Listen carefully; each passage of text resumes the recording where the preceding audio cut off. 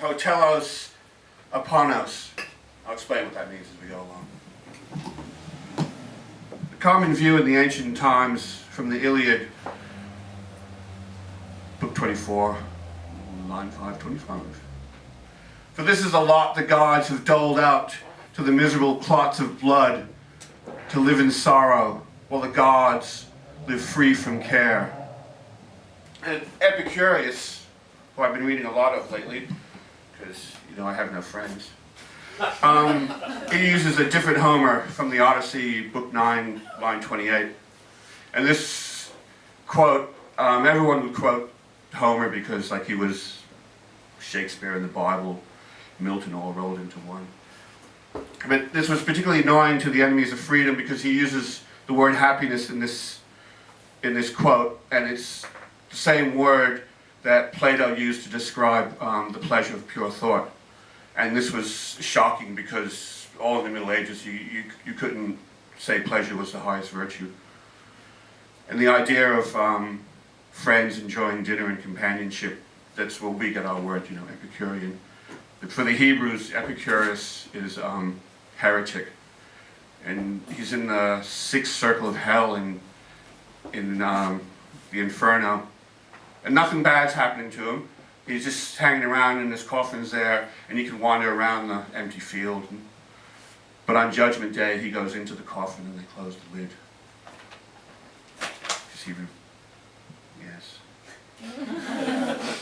For I say that nothing is greater than when happiness extends across all the land, and when the guests have come to the house, wishing to hear a song, and bread and meats grow on the table, and wine is poured into glasses. That is to me the most pleasure the soul can have. And I have to agree with Odysseus here, and I have to use that old 1968 slogan, be realistic, demand the impossible. And we have to say we don't want a pay rise, or we don't want cheaper schooling, or we don't want our super to be 12% rather than 9%, we don't want our tax rate to be 33% rather than 35%. We want to live like gods.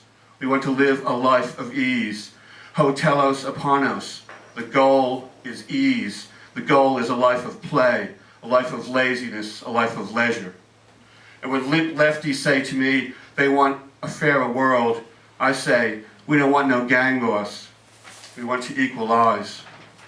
Just getting back to the idea of the memento mori. This is Lucian. Charon comes up from Hades and he wants to see stuff, and he meets up with Hermes, and they make a whole, pile up all the mountains, and they say some stuff from the Odyssey, and he can see clearly, and they can see all the way to Sicily and Egypt and Libya or wherever. And they're looking out and they see this guy Milo, who was a six-time Olympic victor, and he was from Croton in southern Italy. If you ever notice that Olympia seems to be sort of to the west in Greece, even though it was a center, it's because there was as many Greeks living in southern Italy, Sicily there, as there were in Greece. Anyway, this chap, he won 5 times. He won the men's wrestling title between 1936 and 536 and 520 BC. And he won 7 crowns in the Pythian Games at Delphi, and he won 10 at the Isthmian Games and 9 at the Nemean Games. So he's quite good at wrestling. And he was a 5-time periodokais, which is means he was like a Grand Slam. He won all the Olympia, Python, Nemean all in the same year. So he was quite a wrestler. So anyway, Charon and Hermes are looking down and they're looking at humanity. This is the vanity of human wishes, Charon says. But tell me, Hermes, who is this most stout man, brave and strong, head and broad shoulders above all the others?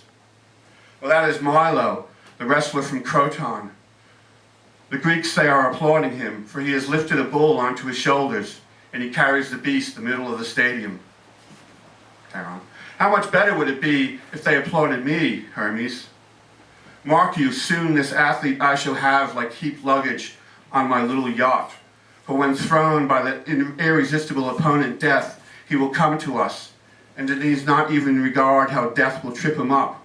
And doubtless he will lament and wail, Recalling this applause and his won crowns, they marvel at his carrying a bull, and he is puffed up with pride. Well, what of it? Do we expect him not to die sometime? Hermes. At this high point, is he to think of death? Charon says, no, let him be.